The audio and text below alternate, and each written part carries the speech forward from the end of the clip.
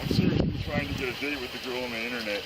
Okay, yeah, but you're going like door to door trespassing on all these people's properties. Like trespassing, knocking on someone's door, trespassing? Yeah, if you don't have permission to be on their property, absolutely. So why are you going door to door if you're trying to meet some girl from the internet for a date? I've been after her for 5 years and I haven't heard nothing from her. If I find her one day, that's fine. If not, I can leave. I just want a no answer or a yes answer. Yeah, well, going door to door isn't going to find her. What am I going to do? Sit out here, wait for them to pull out of the driveway? Well, you don't even know where she lives. I know I do, but I had my cell phone taken away from me. Like, I was sleeping over there by the Walgreens. Okay. And in that night, someone took my cell phone from me. Right. So I don't know which. So what's your long-term plan here? Because I mean, long-term plan we got several complaints about you coming up, knocking on people's doors, soliciting. That's not right, man. Well, that's why I'm here. I'm not just driving around. That didn't happen. I'm just saying if I could get a yes or no answer for her, I would leave.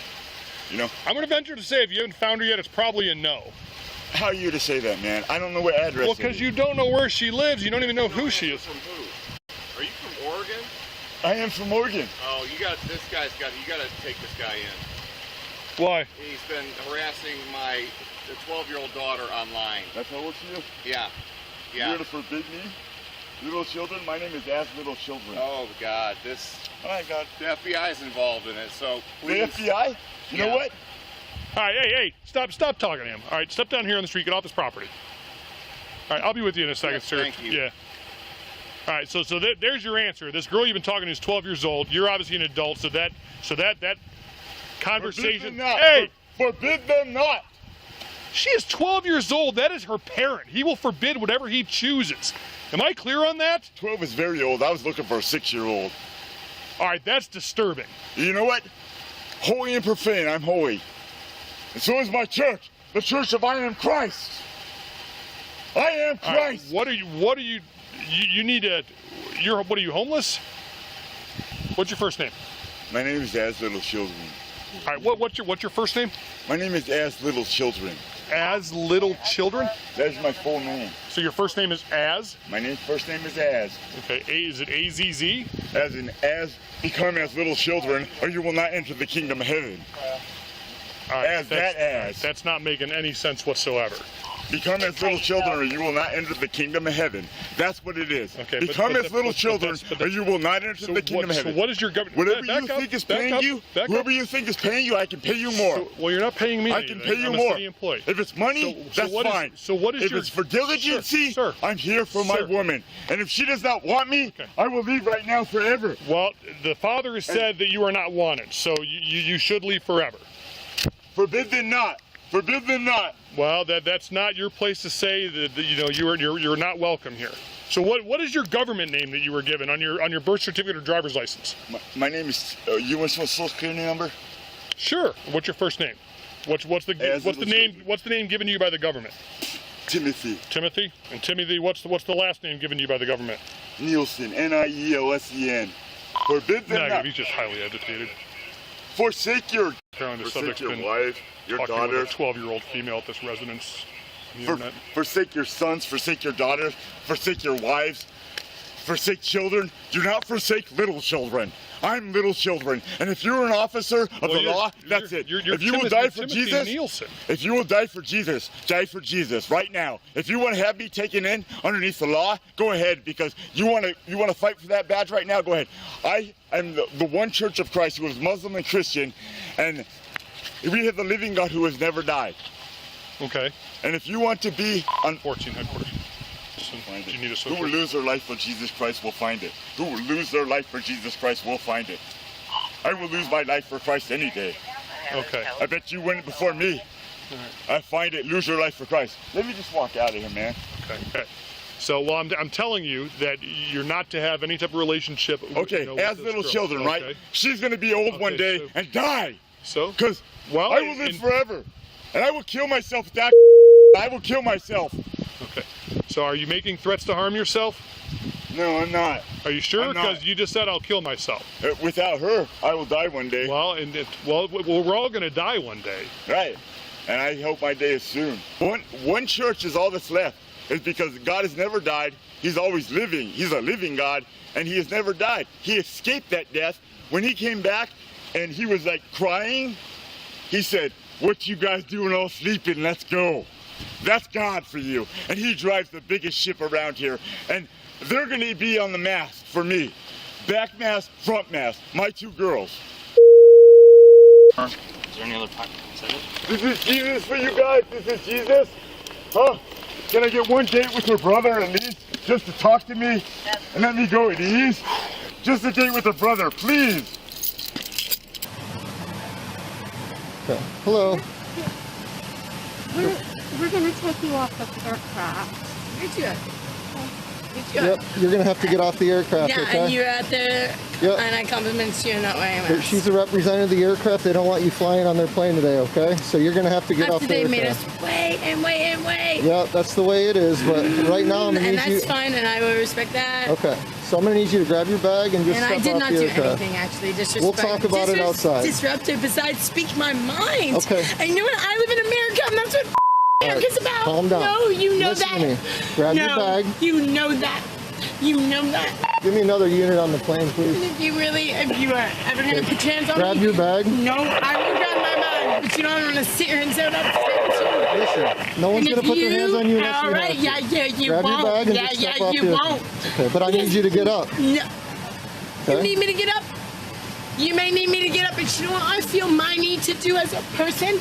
Just like Jesus Christ. You need to calm down. No, I'm gonna do Calm what I need to do. down. I'm gonna say what I need to do, and if you're gonna do whatever you feel you need to Okay. do to me, right? You So ready? I'm gonna say what I have meant to say. Ross. No to everybody. Stand up, man. Yeah, everybody is You're doing going to this. get arrested if you do not I'm stop. already gonna get arrested. You're going to get arrested if you don't stand up and get off the I'm aircraft. probably already gonna get Do you want to get arrested? I- Up against the wall? You're going to be placed in handcuffs, okay? Their emails, memes, and jokes. Some racial, homophobic, and obscene. Some so cruel, it's hard to believe they were sent between a judge and her staff. It all happened inside the Maricopa County Superior Courtroom of Judge Aaron O'Brien Otis. This, of course, is Judge Otis. This is her bailiff, Barbara Chavez, and clerk, Kelly Schaefer. You worked for the clerk's office for how long? A little over 11 years. How much of that was in Aaron Otis's courtroom? Almost my last 2 years. Schaefer was an experienced clerk. She worked the Jodi Arias murder trial, and she was transferred to Otis's courtroom because the judge would be taking on death penalty cases for the first time. Had a pretty smooth career until you hit her courtroom. Till I met Aaron Otis. Before we get deeper into why Schaefer is sitting here, first we start with what happened in that courtroom. You remember seeing these. I mean, how often did stuff like this get sent?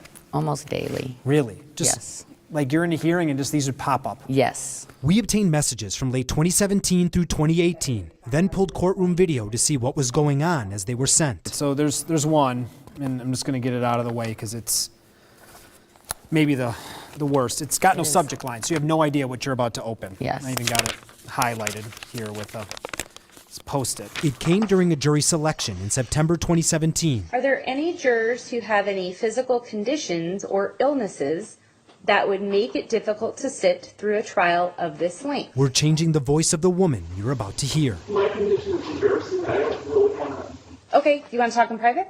Okay. In the cleared out courtroom, the juror says she has a medical condition that gives her uncontrollable periods. I appreciate you bringing that to our attention. I don't want to put you in a situation where you're going to feel uncomfortable or anything like that. Otis's bailiff emails this photo almost immediately after the juror leaves. We blurred the word at the bottom. It's the F word. What do you think the public would think if they knew this was happening in cases as big as they're handling?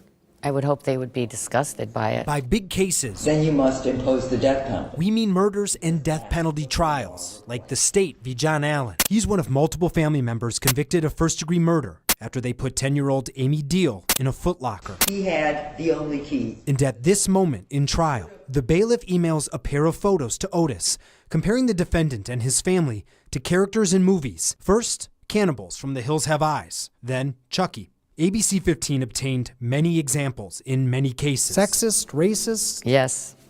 Just blatantly insensitive? Absolutely. You name it. To be clear, Bailiff Barbara Chavez initiated many of the mocking emails.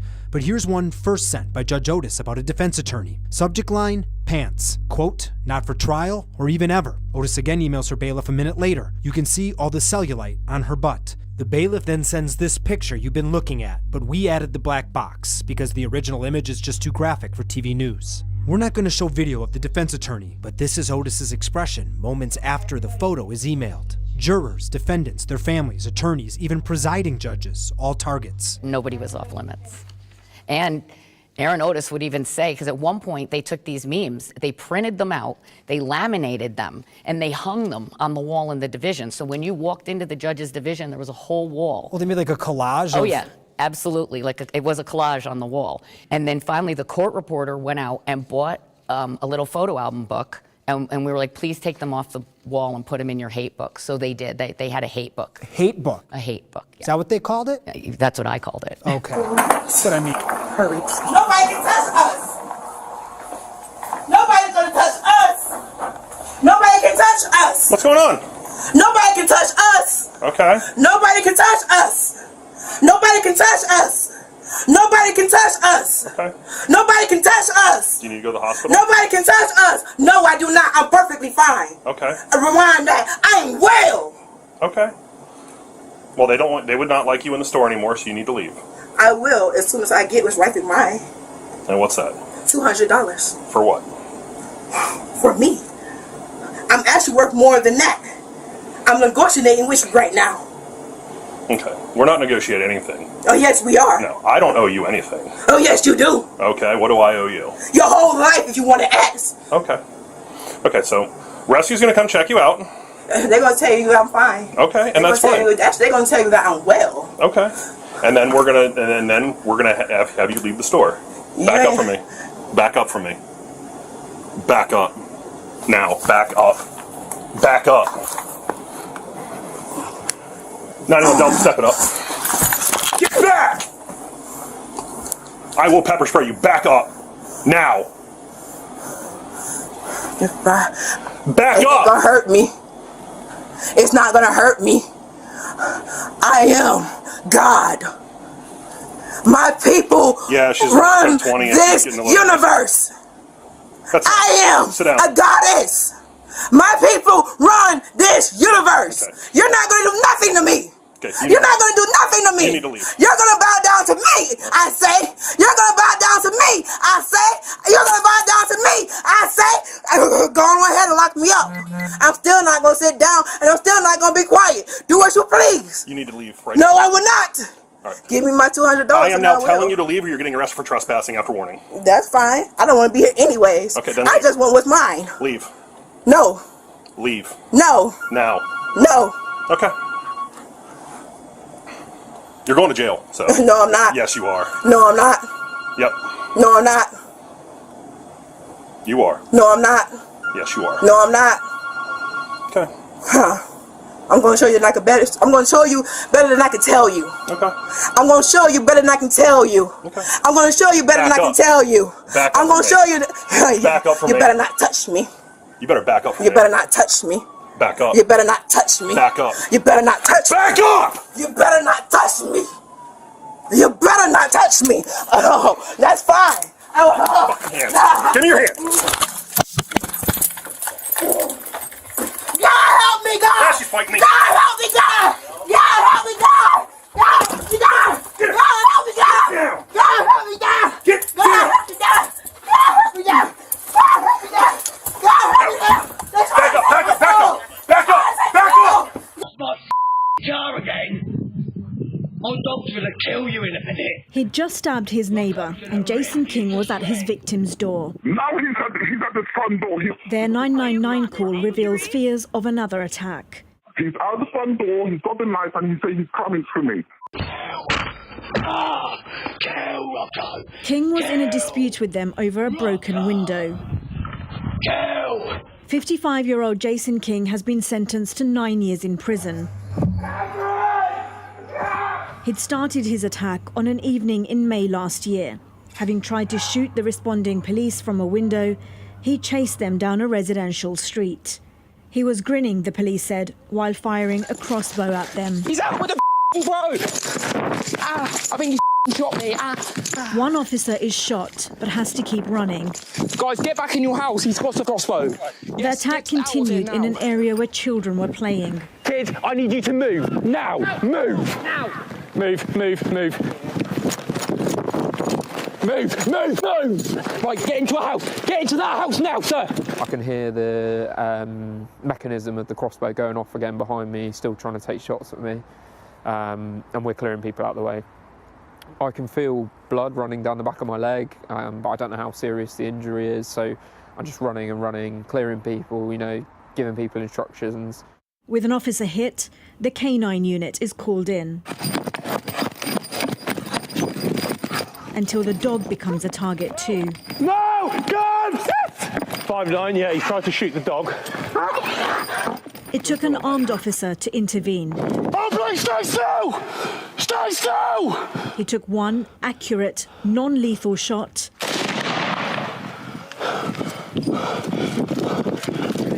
And King was hit in the arm. His attack finally over.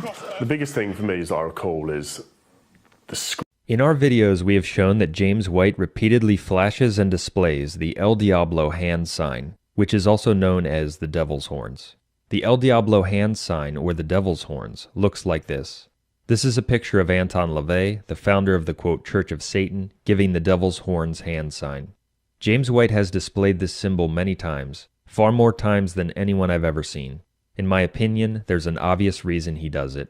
He doesn't do it deliberately, but rather the devil in white moves him to repeatedly flash the devil's horns, as a sign of the wicked spirit that guides and dominates him. Let's be clear, James White's many heresies, false doctrines, and lies prove that he's of the devil. But God will sometimes allow or compel a demon to manifest its presence in someone by various external indications and signs. And with White, we're not talking about him having displayed the devil's horns once, twice, or even 3 times. No, he has done it many times publicly in speeches, in programs, etc. God allows him to display it over and over again, because he's a false teacher of the devil. He leads people into various heresies and into hell by means of distortions, false arguments, etc. I've also noticed that when White gives the devil's horns hand sign, at least in the occasions I've seen, it's frequently when he's attacking Catholic teaching or promoting one of the many heresies of Protestantism. What you will see, if you are observant and honest, is that White's face is actually contorting, and that he is in fact making demonic faces.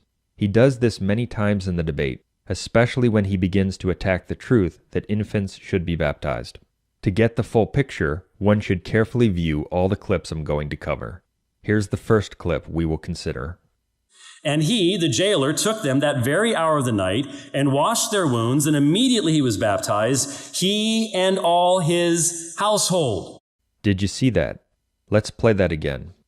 And he, the jailer, took them that very hour of the night and washed their wounds, and immediately he was baptized, he and all his household. That's not a natural facial motion at all. It is rather, in my view, a clear manifestation of the devil in white. And if you're not convinced by that one, watch this. This is from the same section of the debate. Now, I suggest the following would be a consistent Reformed exegesis. The apostles proclaimed the gospel to all who were in the household. Did you see that? Let's play that again. Now, I suggest the following would be a consistent Reformed exegesis.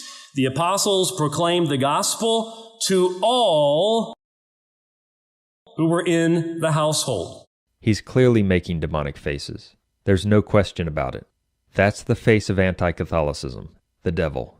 Brother Michael not only knew, quote Father Gruner, he also knew a man named Ralph Solferino, who worked with Nicholas Gruner. Ralph Solferino was an older man who had a religious publication of his own at the time. Gruner and Solferino had discussions about expanding the publication's outreach.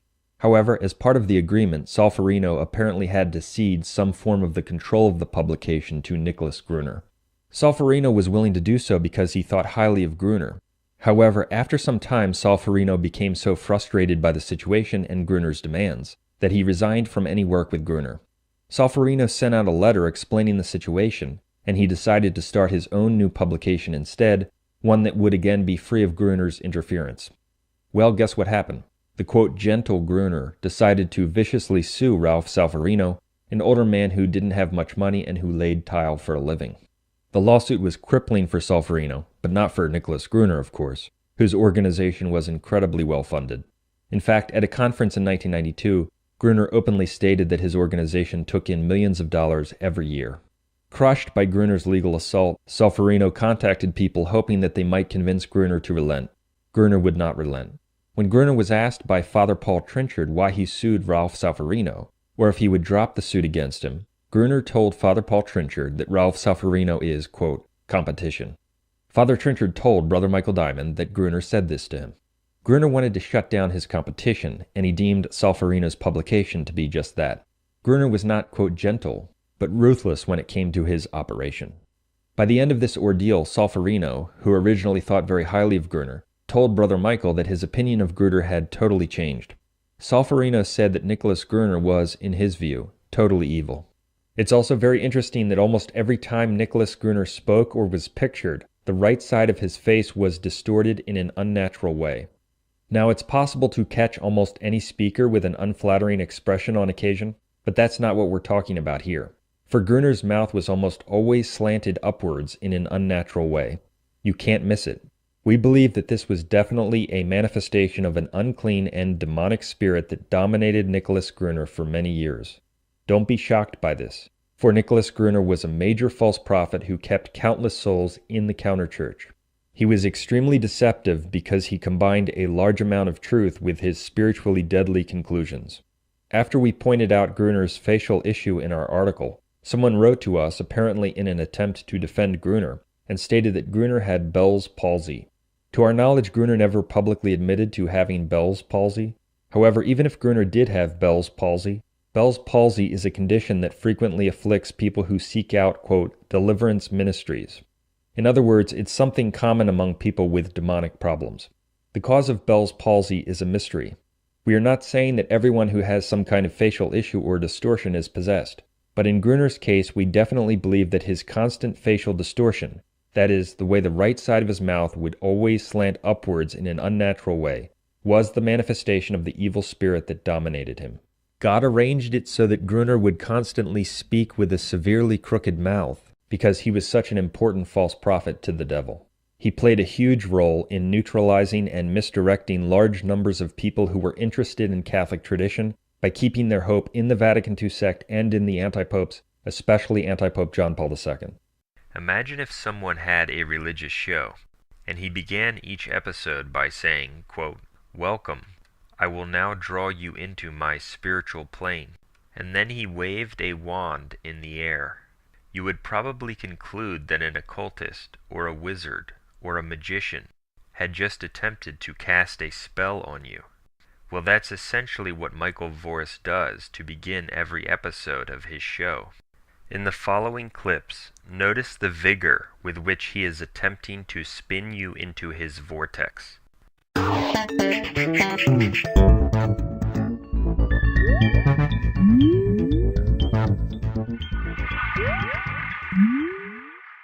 Hello everyone and welcome to The Vortex, where lies and falsehoods are trapped and exposed. I'm Michael Voris.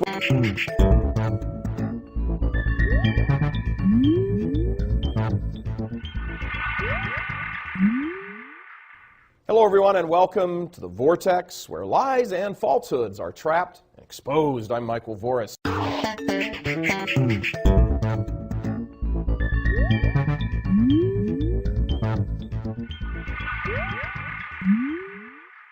Hello everyone and welcome to The Vortex, where lies and falsehoods are trapped and exposed. I'm Michael Voris.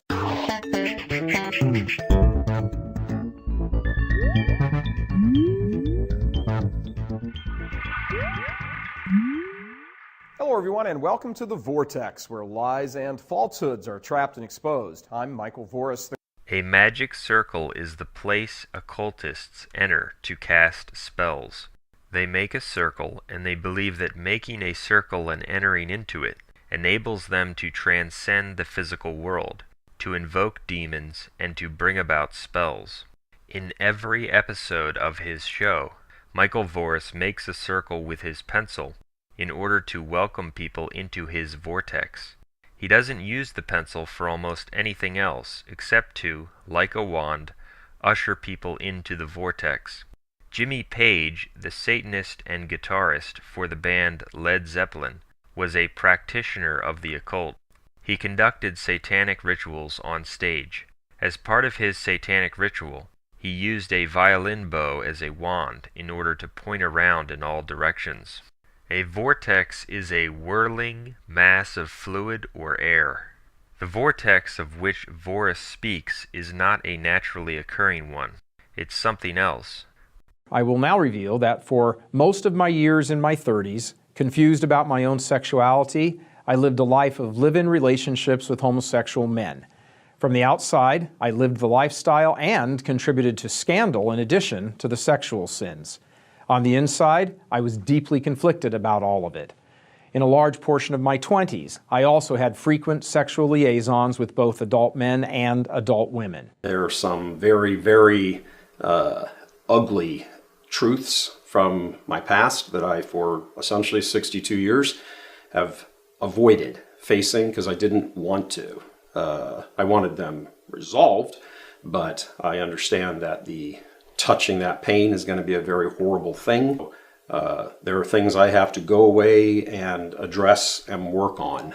Michael Voris was living up to recently. I don't know if it's ceased yet. I don't know if his behaviors have ceased yet, but living a life that involved active homosexuality. And we're going to get into the allegations that we're talking about. So while he has the gall to sit up there and preach to sweet old Catholic women on the Vortex about matters of spirituality, he's living a life of homosexuality, one of the screaming sins. You know, sins that cry to heaven for vengeance. That's what's going on. It's utterly despicable. It's two-faced. It's fraudulent. When Obama and his administration of leftist abominations left the White House and were replaced by a much more conservative Trump administration, which, even though it has problems, is more pro-life and much better in many ways, many devils were displaced and removed during the transfer. Now, we are not saying that we agree with everything Trump does, we don't, or that some devils don't remain in the White House, they do. However, many devils, probably multitudes, were displaced from the White House and associated agencies of power with the departure of Obama's administration and the entrance of Trump's more conservative administration. That's why wicked and demonic liberals, or more precisely, the devils in them, reacted to Trump's inauguration like this. I'm honored to be able to introduce for the first time ever anywhere the 45th President of the United States of America, Donald J. Trump.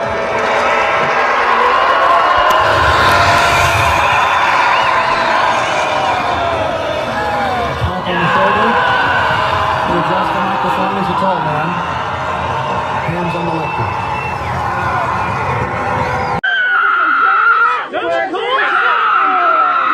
Other side of the wall for you.